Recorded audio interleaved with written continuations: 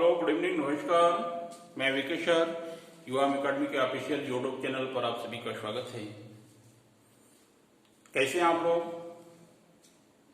आज हम लोग वृत्त की बात करेंगे। सर्कल वृत्त के बारे में पढ़ते हैं कि वृत्त होता क्या है। देखिए, वृत्त का डेफिनेशन जो है ये परीक्षा में नहीं पूछा जाता है, हम लोग केवल वर्बली ऐसे बोलकर समझ लेते हैं। किसी निश्चित बिंदु से निश्चित दूरी पर बिंदुओं का बिंदुपथ ही वृत्त कहलाता है। तो डेफिनेशन आपसे कभी नहीं पूछा जाएगा, तो डेफिनेशन पर हम लोग ज्यादा फोकस नहीं करेंगे कि इसकी डेफिनेशन क्या होती है। यह देखिए सेंटर पॉइंट है, यहां से या कहीं भी ऐसे आप वृत्त खींच सकते हैं। यह इसका सेंटर पॉइंट है, केंद्र बिंदु है, और यह रेडियस है, इसको हम लोग त्रिज्या बोलते हैं, रेडियस है। और यह सेंटर पॉइंट है, तो यह भी दूरी सेम होगा, और इसको हम लोग डायमीटर बोलेंगे। यह टोटल डी होता है, टोटल डी। यह रेडियस केवल यहां तक होगा। अगर सेंटर पॉइंट से दूसरे बिंदु पर अगर यह लाइन मिलाते हैं हम लोग, तो इसको हम लोग जीवा बोलते हैं। कहीं भी अगर ऐसे मिला देते हैं तो यह जीवा कहलाता है। तो देखिए, अगर हम लोग इसकी बात करते हैं तो रेडियस का डबल क्या हो रहा है, डी हो रहा है। यह त्रिज्या का डबल डायमीटर हो रहा है। R equal to D by two बोलेंगे, या डी इक्वल टू 2r। और देखिए, इसमें आपके मुख्य जो फार्मूले होते हैं, जो क्वेश्चन इस पर पूछा जाता है, जो क्वेश्चन बनते हैं, इसका सबसे पहले क्षेत्रफल निकालने के लिए पूछता है कि क्षेत्रफल क्या होता है। वृत्त का क्षेत्रफल, वृत्त का क्षेत्रफल, क्षेत्रफल equal to pi are square होता है।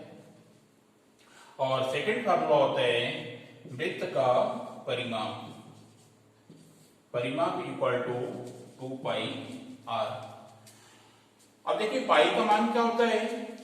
पाई का मान 22/7 होता है, या 3.14।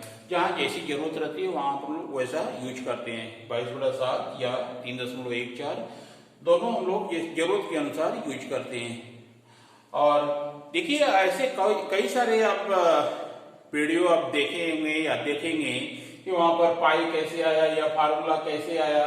तो यहाँ पर कभी भी कोई प्रूफ करने के लिए नहीं पूछेगा, तो उस पर हम लोग फालतू डिस्कस ना करके सीधे जो आपके जो फार्मूले हैं, जिसका क्वेश्चन बनते हैं, उस पर हम लोग डिस्कस करेंगे। तो फार्मूले यहाँ पर प्रूफ करने के लिए न कभी पूछता है न पूछेगा आगे भी। न तो पाई का मान निकालने के लिए पूछेगा कि पाई का मान कहाँ से आया।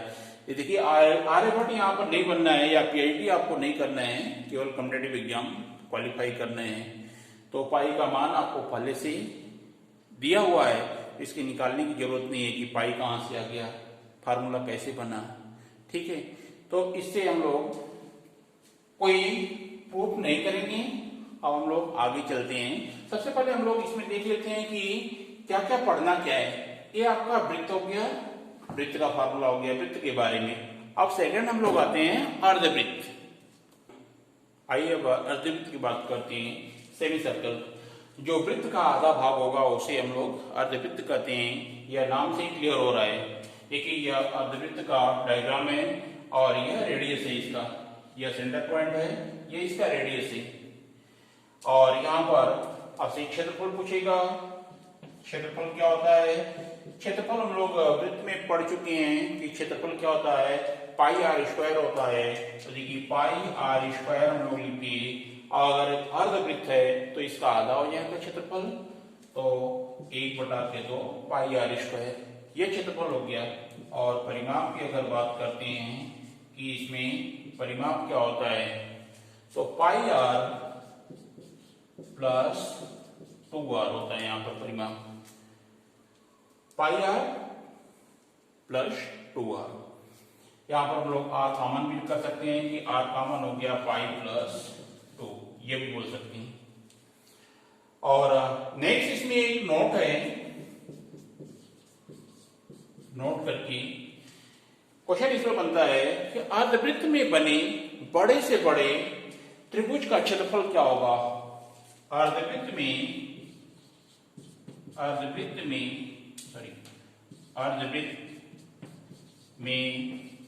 बने बड़े से बड़े त्रिभुज का क्षेत्रफल क्या होता है। तो त्रिभुज का क्षेत्रफल क्या होता है, आर स्क्वायर, रेडियस का स्क्वायर होता है। जितना त्रिज्या रहेगा उसका हम लोग वर्ग कर देंगे, वो आपका आंसर हो जाएगा। इस पर क्वेश्चन आएगा, क्वेश्चन कई बार पूछ चुका है परीक्षा में, एसएससी में पूछा हुआ है। तो हम लोग इस क्वेश्चन को भी देखेंगे आगे, तो वीडियो को अंत तक देखते जाइए आप। चलिए हम लोग नेक्स्ट आते हैं, त्रिज्य खंड, सेक्टर के ऊपर क्वेश्चन पूछा जाता है। तो ध्यान दीजिए, सेक्टर हम लोग कैसे बनाते हैं, पहले डायग्राम इसका देख लेते हैं। यह वृत्त हो गया और यह इसका सेंटर पॉइंट है, केंद्र बिंदु O है। यहां पर देखिए यह सेक्टर है और यह दोनों का रेडियस जो है बराबर रहेगा और इस पॉइंट को हम लोग ए लेते हैं, यह पॉइंट बी है। तो इसका क्षेत्रफल आपसे पूछ रहा है कि इस भाग का क्षेत्रफल क्या होगा, मींस AOB का क्षेत्रफल क्या होगा। यह आपका पहला क्वेश्चन बन गया। दूसरा क्वेश्चन क्या बनता है, यह जो चाप है इसको हम लोग क्या बोलेंगे, चाप है। AB की लंबाई क्या होगी, इसकी लंबाई क्या होगी, ये दो क्वेश्चन इस पर बनता है। और यहां पर यह डिग्री दे देता है कोण थीटा डिग्री। तो देखिए अब हम लोग इस पर फार्मूला निकालते हैं। OAB का क्षेत्रफल क्या होता है, वृत्त का क्षेत्रफल होता है पाई आर स्क्वायर। तो यहां पर कोण दे दिया है, तो pi are square theta upon 360 degree, 360 degree होगा। ये इसका त्रिज्य खंड का क्षेत्रफल होगा। और इसी में पूछ देता है इसकी लंबाई क्या होगी, चाप की लंबाई क्या होगी। तो चाप की लंबाई ऐसे हम लोग लिख लेते हैं, चाप AB की लंबाई, AB की लंबाई 2 pi r theta upon 360 degree, 2 pi r theta upon 360 degree. यह क्षेत्रफल हो गया त्रिज्य खंड का और यह चाप की लंबाई होगी। और थर्ड इस पर क्वेश्चन आएगा परिमाप क्या होता है, परिमाप equal to L plus 2R। देखिए यह होता है L और यह R हो गया, यह R हो गया, इसको हम लोग जोड़ दिए, L प्लस 2R, यह परिमाप हो गया। तो यह त्रिज्य खंड में इससे ज्यादा कोई भी क्वेश्चन नहीं बनता है। यह 3 टाइप के क्वेश्चन इसमें बनते हैं। मोस्टली आपका यह 2 है, यह शायद कभी पूछता है या पूछेगा। तो यह आपका 2 मुख्य है, इस पर हम लोग कोई क्वेश्चन करेंगे आगे। अब आगे हम लोग देखते हैं क्या पढ़ना है। चौथी चीज इसमें क्या पढ़ना है, वृत्ताकार वलय, सर्कुलर रिंग। इस पर अलग अलग टाइप से क्वेश्चन पूछता है, मैं बता रहा हूं। इस पर यह आपका वृत्त हो गया और इस वृत्त के बाहर एक वृत्त हो गया और दोनों का सेंटर एक ही है और इसका रेडियस R है। यह मीन्स आपका एक छोटा वृत्त हो गया, एक बड़ा वृत्त हो गया। तो इसका रेडियस स्मॉल R है और बड़े वाले वृत्त का रेडियस कैपिटल R है। अब आपसे क्वेश्चन पूछेगा इसका क्षेत्रफल क्या होगा, यही आपका वलय है। इस पर क्वेश्चन अलग अलग घुमाकर पूछता है कि छोटे एक वृत्त है, इसका रेडियस इतना है और इसके चारों ओर 5 मीटर चौड़ा रास्ता है, तो उस रास्ते का क्षेत्रफल क्या होगा। वृत्ताकार पथ है तो उस पथ का क्षेत्रफल क्या होगा। तो ऐसे क्वेश्चन पूछता है, हम लोग यह कंसेप्ट अप्लाई करेंगे उस केस में। देखिए अब यहाँ पर यह क्वेश्चन क्या बन गया, एक आपका बड़ा वृत्त है, एक छोटा वृत्त है। अगर इसका क्षेत्रफल निकालना होगा तो हम लोग बड़े वाले वृत्त के क्षेत्रफल से छोटे वाले वृत्त का क्षेत्रफल अगर माइनस कर देते हैं तो ऑटोमेटिक इसका आंसर आ जाएगा। यही आपका कंसेप्ट अप्लाई करते हैं। और इससे इस टाइप का हम लोग वर्ग और वृत्त दोनों, वर्ग और आयत दोनों में पढ़ चुके हैं। ये देखिए आप लोग निकालते हैं वलय का क्षेत्रफल। वलय का क्षेत्रफल, वृत्त का क्षेत्रफल होता है पाई आर स्क्वायर, तो पाई हम लोग कॉमन ले लेते हैं, capital R square minus small R square. यह आपका आंसर हो गया। इस फार्मूले से हम लोग निकाल सकते हैं आसानी से। और दूसरा, इसमें कोई भी क्वेश्चन नहीं बनता है, तो इस टाइप का जब भी आपसे पूछेगा हम लोग निकाल सकते हैं। अब इस पर क्वेश्चन आपके अलग अलग टाइप से कैसे कैसे पूछा जाता है। अब हम लोग आते हैं क्वेश्चन की तरफ। आइए बच्चों क्वेश्चन की तरफ आते हैं। क्वेश्चन है आपका, एक वृत्ताकार बाग का व्यास 112 मीटर है, तो इसका क्षेत्रफल कितना होगा एंड परिमाप क्या होगा। दो क्वेश्चन बन रहा है इसमें, क्षेत्रफल और परिमाप, यही आपका बेसिक क्वेश्चन है।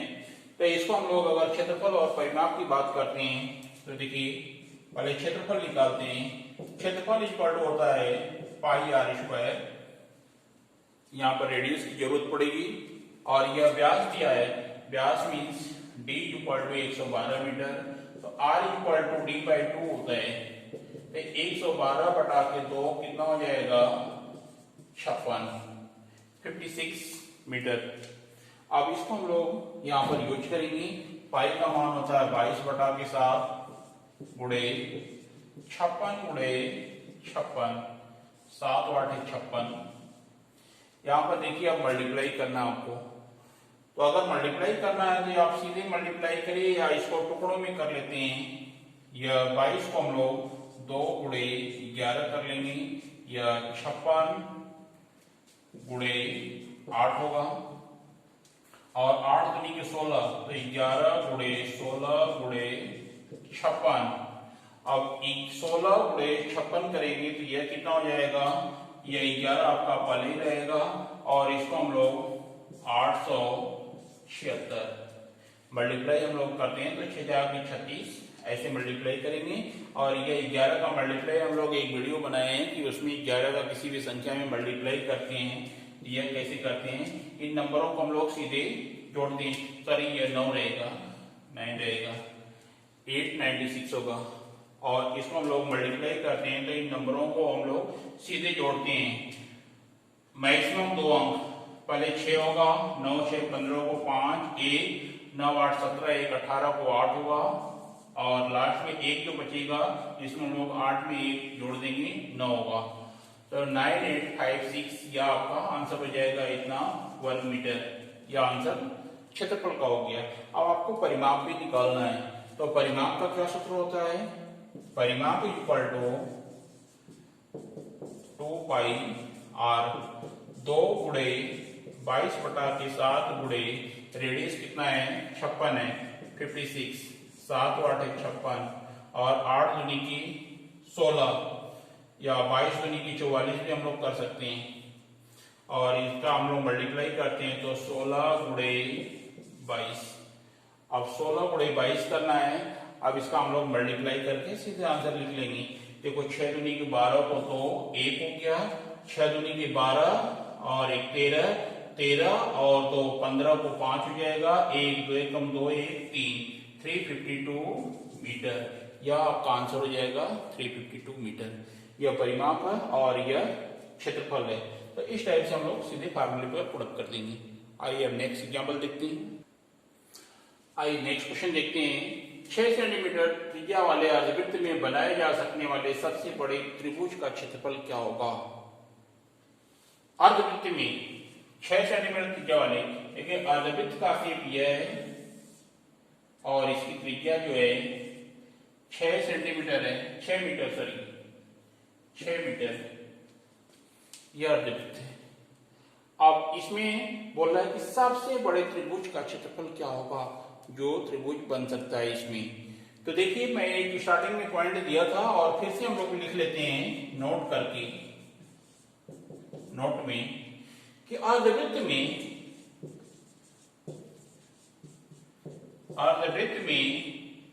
बनने वाले सबसे बड़े सबसे बड़े या सबसे बड़े से बड़े, सबसे बड़े त्रिभुज का क्षेत्रफल बराबर आर स्क्वायर होता है, रेडियस का वर्ग हो जाता है। 6 का वर्ग कर दीजिए 36 वर्ग मीटर, यह आपका आंसर हो जाएगा 36 वर्ग मीटर। ऐसे ऑप्शन आपको दिए रहेंगे। तो देखिए आओ वर्बली आप इसको कर सकते हैं, जितना आपका रेडियस रहेगा उसका वर्ग कर दीजिए, आंसर हो गया सीधे। आइए नेक्स्ट एग्जांपल देखते हैं। क्वेश्चन है, यदि किसी अर्धवृत्ताकार क्षेत्र का परिमाप 114 मीटर है तो उसका क्षेत्रफल क्या है। तो ध्यान दीजिए यहाँ पर दिया क्या है और पूछ क्या रहा है। क्षेत्रफल आपसे पूछ रहा है, क्षेत्रफल के लिए हमें क्या क्या जरूरत पड़ेगी, रेडियस की जरूरत पड़ेगी। रेडियस आपको निकालना होगा, परिमाप दिया हुआ है तो परिमाप का हम लोग सबसे पहले सूत्र यूज करते हैं कि परिमाप क्या होता है। परिमाप इक्वल टू क्या होता है, pi r plus 2r, pi r plus 2r, यह फार्मूला होता है परिमाप का। तो यहाँ पर हम लोग r कॉमन ले लेते हैं। यह परिमाप दिया हुआ है 114, परिमाप के नीचे परिमाप लिख लिए, इक्वल टू अगर रेडियस कॉमन ले लिए तो क्या बचेगा, पाई प्लस 2। पाई का मान पुट कर लेते हैं 22/7 प्लस 2, यह रेडियस है, इक्वल टू 114। यहां से रेडियस निकालेंगे, रेडियस बिना निकाले क्षेत्रफल नहीं निकाल सकते। तो ध्यान दीजिए इसको हम लोग रेडियस निकालते हैं, 7 बनेगी 14, 14 प्लस 22 कितना हो जाएगा, 36 हो जाएगा। और यह आपका इसको हम लोग 22 प्लस 14 डिवाइड बाई 7 ऐसे लिख लेते हैं। यह आपका देखिए 6 हो गया, यह 3 7 इंटू आर इक्वल टू 114। अब इसको हम लोग मल्टीप्लाई करते हैं, 7 का इधर मल्टीप्लाई हो जाएगा तो इस साइड आते हैं 114 गुणे 7 और divide by 36 equal to R. अब इसको हम लोग कैंसिल करते हैं, यह आपका देखिए कितने से डिवाइड हो रहा है, 2 से डिवाइड कर दीजिए 18 हो जाएगा, 2 × 5 = 10, 2 × 7 = 14। अब इसको हम लोग और छोटा करते हैं, 3 से डिवाइड हो जाएगा, 3 × 6 = 18, 3 × 3 और 3 × 9 = 27। अब यह डिवाइड नहीं होगा, या देखिए ये सॉल्व करने पर आपका ये रेडियस आ गया। अब हम लोग इसको क्षेत्रफल वाले फार्मूले में पुट अप कर देते हैं। क्षेत्रफल equal to 1/2 pi are square, put up कर दीजिए 1/2 गुणे 22/7 गुणे रेडियस यह है 22.6 गुणे 22.6, ये 11 टाइम डिवाइड होगा और इसका मल्टीप्लाई करके और 7 से डिवाइड करेंगे तो आंसर आपका आ जाएगा 102.6, यह आपका आंसर होगा। तो इस टाइप से हम लोग यह वृत्त का और अर्धवृत्त के बारे में पढ़े। अब इसमें अभी बहुत सारे क्वेश्चंस बाकी हैं, जो जैसे आपका अगर हम लोग पढ़े थे वो त्रिज्य खंड का, वलय का, ये सब क्वेश्चंस आपके अभी बहुत सारे इसमें परसेंटेज वाले क्वेश्चंस आते हैं जो बचे हुए हैं, इसको हम लोग पार्ट 2 में करेंगे। तो अभी आपको यह जो भी हम लोग पढ़े हैं, उम्मीद है कि आप लोगों को अच्छे समझ में आया होगा। जो हम लोग पढ़े हैं इससे ज्यादा इसमें और कोई क्वेश्चन बनता नहीं है। तो ये वीडियो अच्छी लगी है तो आप लोग लाइक करिए, शेयर करिए, और अगर डाउट है कुछ तो कमेंट करके बताइए, और चैनल को सब्सक्राइब करिए। धन्यवाद।